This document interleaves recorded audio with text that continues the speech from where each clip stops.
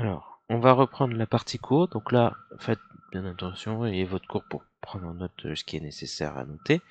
On va revoir un peu toutes les courbes. Donc en premier lieu, alors il n'y a rien à noter là, c'est un petit rappel. On avait vu la fonction carré. On avait défini comment? Par f de x égale x au carré. Qu'est-ce qu'on a dit? Donc sa courbe représentative, on l'a utilisé plusieurs fois, c'est une parabole avec un axe de symétrie, donc c'est l'axe des ordonnées. Et c'est toujours au-dessus de 0, donc c'est toujours supérieur, enfin c'est strictement positif pour x strictement positif aussi. Enfin, c'est supérieur à 0 et ça vaut 0 quand c'est 0, c'est tout. On a fait pas mal d'exercices là-dessus.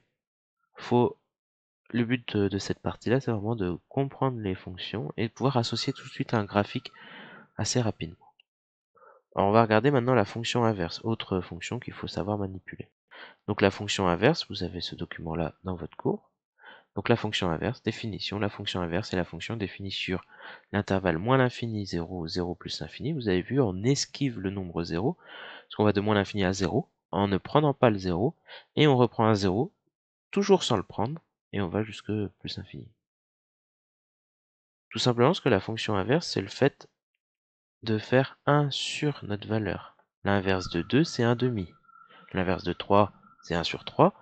Et l'inverse de 0, ça n'existe pas. On ne peut pas dire que c'est 1 sur 0, parce qu'on diviserait par 0. Donc c'est pour ça qu'on esquive le 0. Bon, ben maintenant faisons les calculs. On complète notre tableau de valeurs en faisant à chaque fois x, si c'est moins 4, ben on fait 1 sur moins 4. 1 sur moins 4, ça fait moins 0,25. 1 sur moins 2, ça fait moins 0,5. 1 sur moins 1, ça fait moins 1. 1 sur moins 0,5, ça fait moins 2. Vous pouvez vérifier la calculatrice. Et 1 sur moins 0,25, ça nous donne moins 4. Là, mon petit bug, tout simplement parce qu'il y a une case qui n'existe pas ici. On continue en 0. C'est pas défini. 1 sur 0, ça n'existe pas. Erreur. 1 sur 0,25. Pour comprendre le fait que ça fasse 4, imaginez, déjà 0,25, enfin 4 fois 0,25, ça fait 1. 0,25 plus 0,25 plus 0,25 plus 0,25, on obtient 1. Mais surtout, quand vous divisez par un nombre qui est petit, plus c'est petit, plus la valeur augmente. Exemple simple, vous prenez 10 euros. Si vous partagez ça en 10 personnes, c'est 1 euro chacun. Très peu d'euros. Vous partagez ça en deux personnes, mais ça fait 5 euros chacun. C'est beaucoup plus. Donc j'ai diminué le nombre par lequel je divise. Ça a augmenté. Mais là, c'est la même chose. Donc, si je divise par 0,5, donc 1 sur 0,5, ça va me donner 2. 1 sur 1, 1. 1 sur 2, ça me donne 0,5. Et là, c'est pas 3, mais 4, pardon. C'est pour ça qu'il faut bien faire attention. Ça me donne 0,25. Maintenant, je vais tracer. Donc, pour la partie négative, de moins 4 à moins 0,25. Donc, moins 4, c'est moins 0,25. Ok, c'est à peu près là. En moins 2, c'est à moins 0,5. En moins 1, c'est en moins 1. En moins 0,5, c'est en moins 2.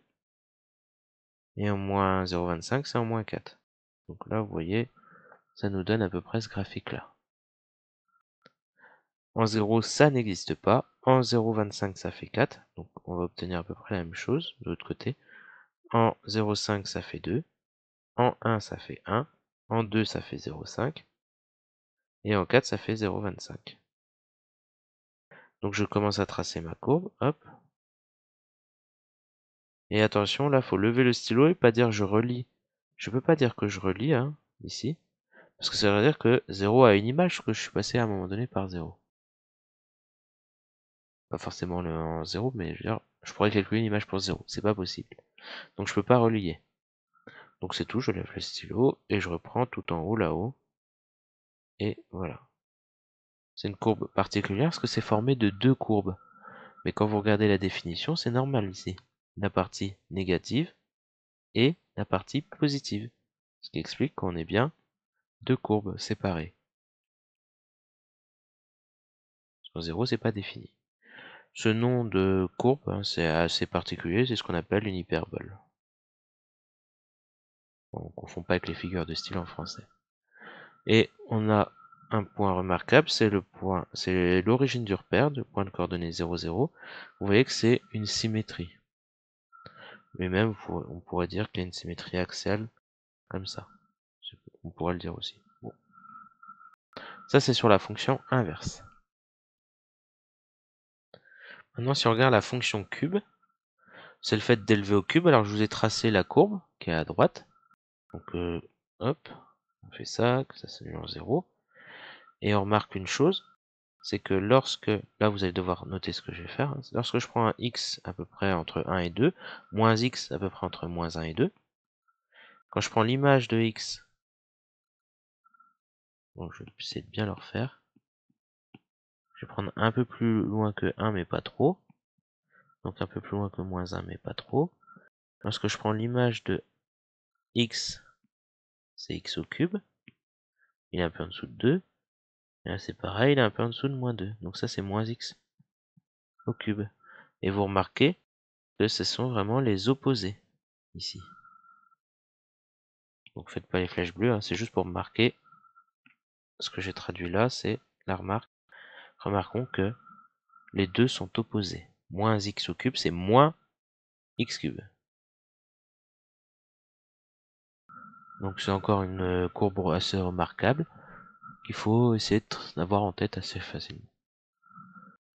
Alors maintenant la fonction racine carrée, on va refaire un petit tableau. La racine carrée, c'est c'est le nombre. Si je vous dis racine carrée d'un nombre, je sais pas, on va prendre 25. Je suis en train de chercher un nombre A, que je peux noter A. Qu'est-ce qu'il faut que ça vérifie? Bah, la racine carrée, c'est positif. Et il faut que, lorsque je lève au carré, je retrouve le nombre qui est à l'intérieur de la racine carrée. Ça, on a vu avec le chapitre de la racine, avec le morceau de la racine carrée, que c'est soit racine carrée de 25, ou soit moins racine carrée de 25. Ok?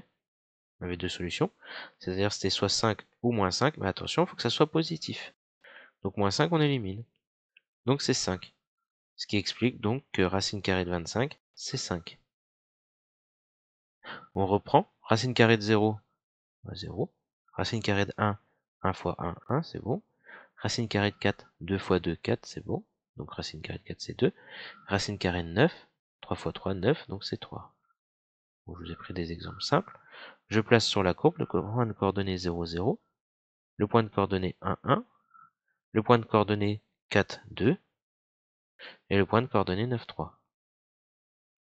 Donc vous allez voir que cette courbe-là, elle a une particularité, c'est qu'elle croît, mais doucement. Donc, on va essayer de la faire correctement. En réalité, au début, ça croît fortement, et puis ensuite, ça croît très doucement, comme ça. Donc au début, ça commence assez pentu. Hein. C'est assez pointu. Voilà. Et ça, c'est la courbe de la fonction racine carrée.